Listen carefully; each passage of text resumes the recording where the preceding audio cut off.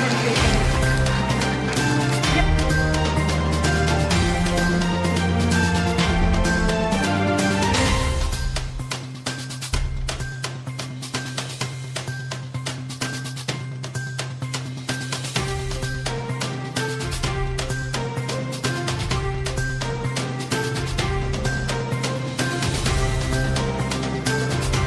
फिर वो भी जल्दी है। ऐसे हालात हमारे प्रदेश में होते जा रहे हैं, इसके लिए हमें खड़ा होना पड़ेगा, एकजुट होना पड़ेगा। चुनावी माहौल है, पूर्ण रूप से गरमाया हुआ है और अलग अलग पार्टी के जो लोग हैं मैदान में नजर आ रहे हैं। उसी की बात कर लूँ तो मैं चौटाला परिवार की जो बहुएं हैं वो भी अब मैदान में नजर आने लगी है। अलग अलग जो प्रत्याशी है, उम्मीदवार है, उनके लिए वोटों की अपील करती हुई नजर आ रही है। चुनाव चाहे छोटा हो या बड़ा हो, जिस तरह से बात कर ले उपचुनाव की, उस समय भी सुनैना चौटाला है जो कि अभय सिंह चौटाला के हित में वोटों की अपील करते हुई नजर आई थी। अब उसी तरह निकाय चुनाव को लेकर भी है मैदान में पूर्ण रूप से नजर आ रही है। चाहे मैं एलनाबाद की बात कर लूं, मंडी डबवाली की बात कर लूं या रानिया की बात कर लूं, उसी के तहत आज मंडी डबवाली में वार्ड नंबर 18 में है जो कि जनसभा को संबोधित करने पहुंची है। तो वहीं वार्ड नंबर 18 के जो प्रत्याशी है तथा चेयरमैन पद के जो उम्मीदवार है उनके हित में है वोटों की अपील की गई है। बातचीत करेंगे कि लगातार चुनाव को लेकर प्रचार जारी है, किस तरह का माहौल है। सबसे पहले जी स्वागत है आपका।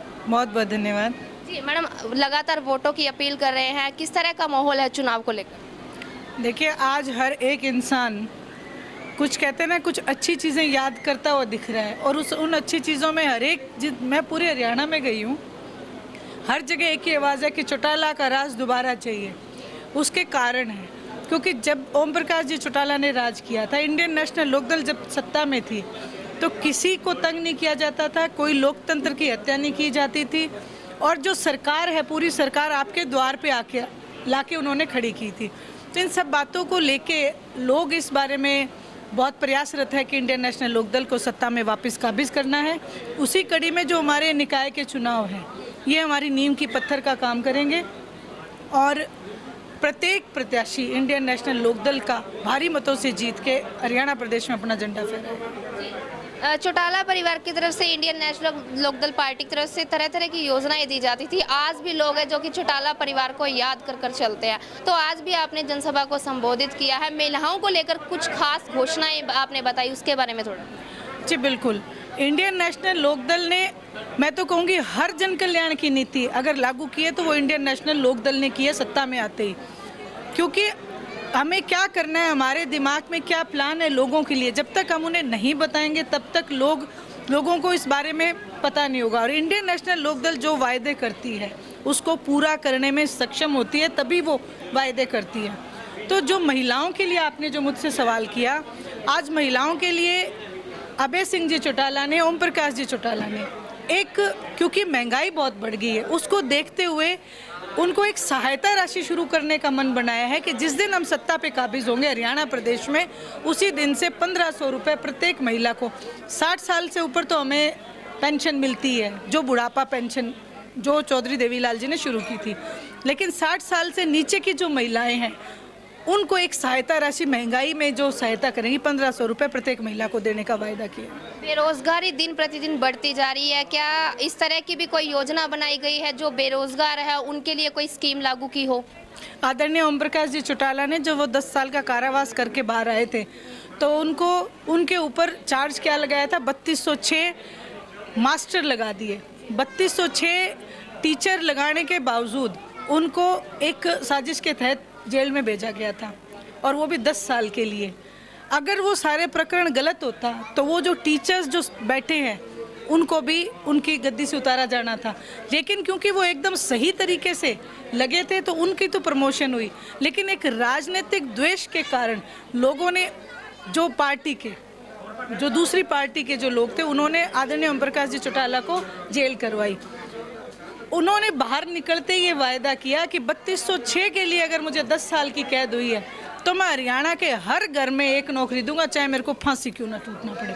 तो ये वायदा बेरोजगार बच्चे जो हैं उनके लिए, हर हरियाणा प्रदेश के नौजवान के लिए वायदा ओम प्रकाश जी चौटाला ने किया है।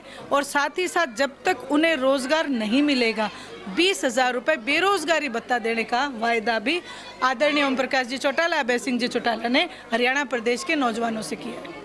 विपक्षी पार्टियों की तरफ से है, पहले तो सीट है जो कि पैसे पर खरीदी गई, उसको लेकर जो कैंडिडेट तैयार किए गए थे अब वो भड़कते हुए नजर आ रहे हैं। वहीं कुछ पार्टियां हैं जो कि पैसे के दम पर अब चुनाव लड़ रही है, उस पर आप क्या टिप्पणी? देखिए, मैं ये बात सीधा मैं हमारे डवाली शहर के लोगों से ये कहना चाहूँगी कि जो जितना पैसा बांटेगा समझ लो उसके पास आपको देने के लिए कुछ नहीं होगा। वो पैसा बांटेगा, वो फिर उसी क्वायद में रहेगा कि जो मैंने पैसा लगाया इलेक्शन में वो मैं बटोरूं कैसे। तो वो हर जगह करप्शन को बढ़ावा देगा।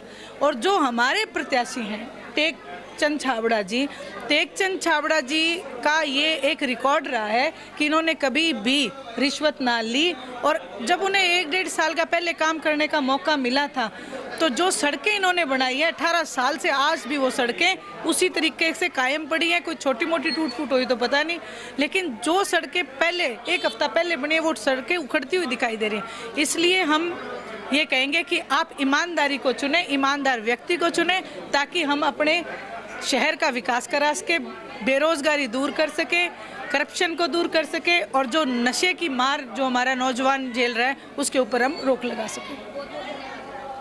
चुनावों को लेकर चर्चा की, जिस तरह से मैदान के अंदर है चौटाला परिवार की बहुएं अपने अपने उम्मीदवार के लिए है वोटों की अपील करती हुई नजर आ रही है और बता रही है कि चौटाला सरकार की तरफ से ये योजनाएं दी जाएगी। अभी ये तो आने वाला समय बताएगा कि चेयरमैन पद का ताज है किसके सिर पर सजता है। तो लगातार चुनावी कवरेज दिखाते रहेंगे। धन्यवाद।